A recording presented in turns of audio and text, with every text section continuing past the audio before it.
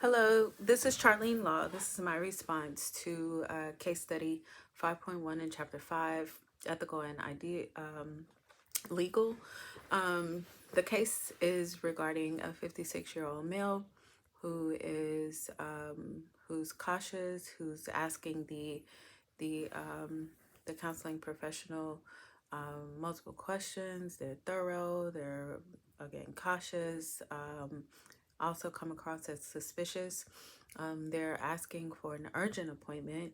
They consider their case as being urgent due to the loss of a relationship that meant a lot to them. The first question at hand is asking what a tentative plan would be for myself as a counseling professional. First things first, I think I believe I would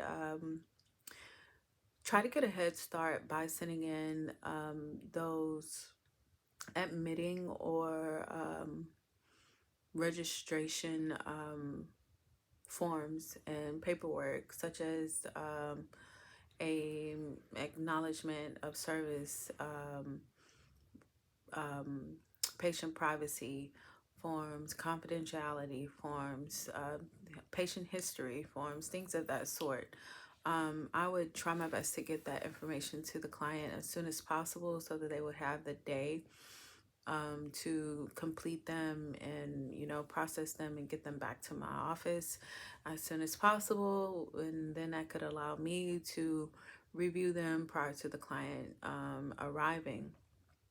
Once the client does arrive, because they have already given attention to that information, this would allow me to briefly cover that information and explain things to them in person, and if they have any additional questions or concerns, they're open to asking me in person. The second question is asking to review the plan from different angles by taking into account the context and information you obtain in the session that should reshape the plan. So I would definitely want to understand what is the backstory on the client's,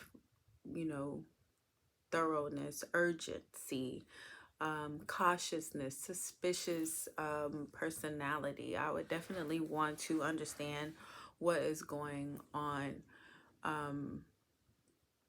and why that is going on. I understand that the loss of someone, be it a family member, a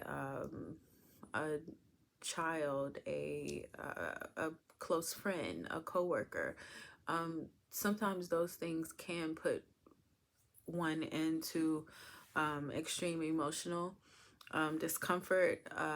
However, I would definitely want to know where these behaviors are coming from and where they're rooted from. And lastly, it asks to apply any of the 10 practical suggestions for the different areas that seem appropriate for this plan as you review it from different angles. So the three practical suggestions I recommend is one, provide a safe, confidential space to process the crisis.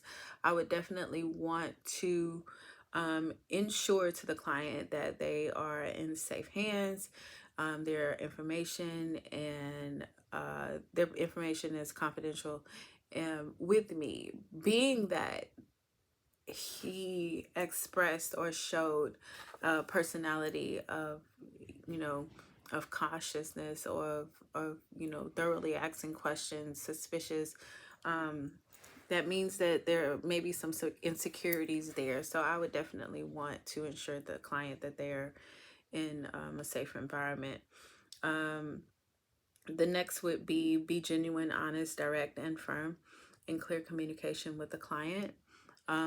This is something that I believe I would want to express with any client of mine, just to let them know, this is why we're here. This is our goal. And once we achieve our goal, this is our plan, um, you know, after um, after the goal has been achieved. But definitely, I think it would allow a little bit of structure on staying track with the goal that we're trying to achieve for that client.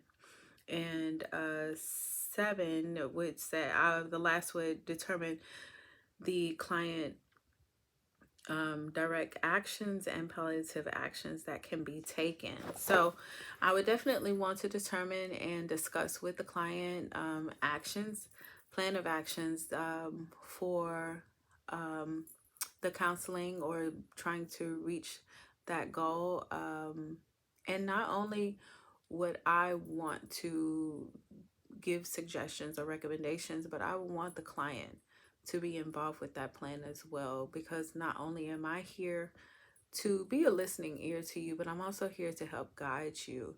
And as a team, we will work together to help you meet that emotional success. And that's my response. Thank you.